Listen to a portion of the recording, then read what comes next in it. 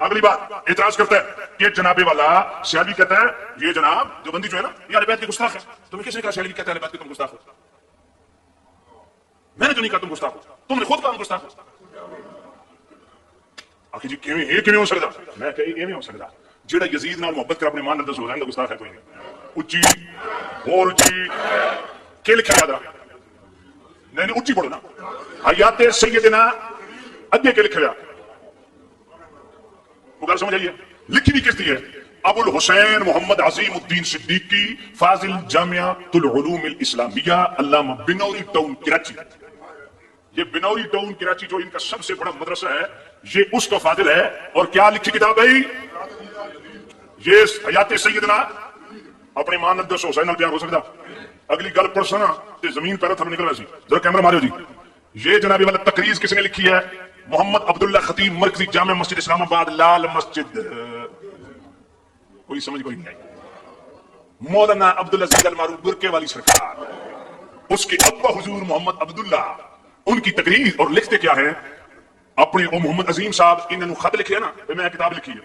جواب کیا لکھتے خط ملا آج ہی شیخ القرآن سے بات کی. شیخ القرآن کون؟ غلام اللہ خان.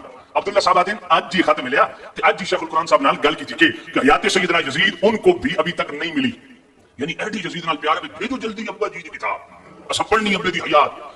تبصرہ اور رائے کی درخواست بھی کی کہ میں مکالہ مریا تے تساں بھی مکالہ من لو. انہوں نے قبول فرما لیا کہ میں بھی یزید دا پتر میں بھی تقریر لکھ سکوں.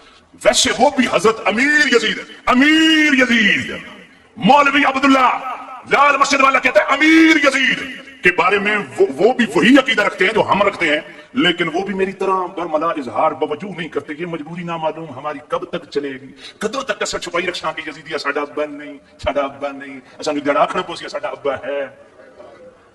یہ حسین سے پیار ہے. کب تک چھپاؤ گے حسین کو؟ اس لیے میں کہتا ہوں کب تک کوئی بھلائے گا صورت حسین کی, کب تک رہے دل میں قدرت حسین کی. اے خانہ خدا دل دے گا سنبھل ذرا ایک دن پڑے گی تجھے ضرورت حسین.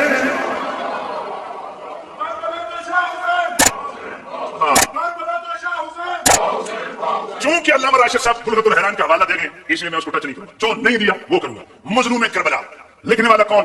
شیخ الحدیث و تفسیر مولانا سید محمد حسین نیلوی سابق مدرس مدرسہ امین دلی انڈیا, سابق مدرس و مفتی جامعہ عربیہ دارالعلوم سرگودا اور ہار شیخ الحدیث و محترم دارالعلوم محمدیہ حسینیہ. یہ پرانی بات ہے. اس کتاب لکھنے کی وجہ سے ان کو 3 سال جیل ہوئی, جیل کے اندر مر گئے. یہ سرگودا میں دیوبندیوں کی اتنا بڑا شیخ الحدیث عطا اللہ دیالوی کا نام سنے کوئی نہیں سمجھا.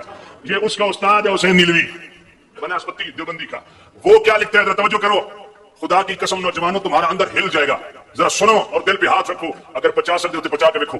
کہتے ہیں ذرا ادھر تھوڑا کیمرہ کلوز مارے جی. صفحہ 100 پہ لکھتے ہیں حضرت امام حسین سے تو جنرل ضیاء الحق اچھا رہا, جب مشکل وقت آتا کعبۃ اللہ چلے جاتا. حسین کربلا گھنڑ کے گیا. ہن دسو سیالوی تو نہ تساں نے بیعت دے گستاخ ہو نہیں, تساں خود آکھو سارے بیعت کے گستاخ ہیں.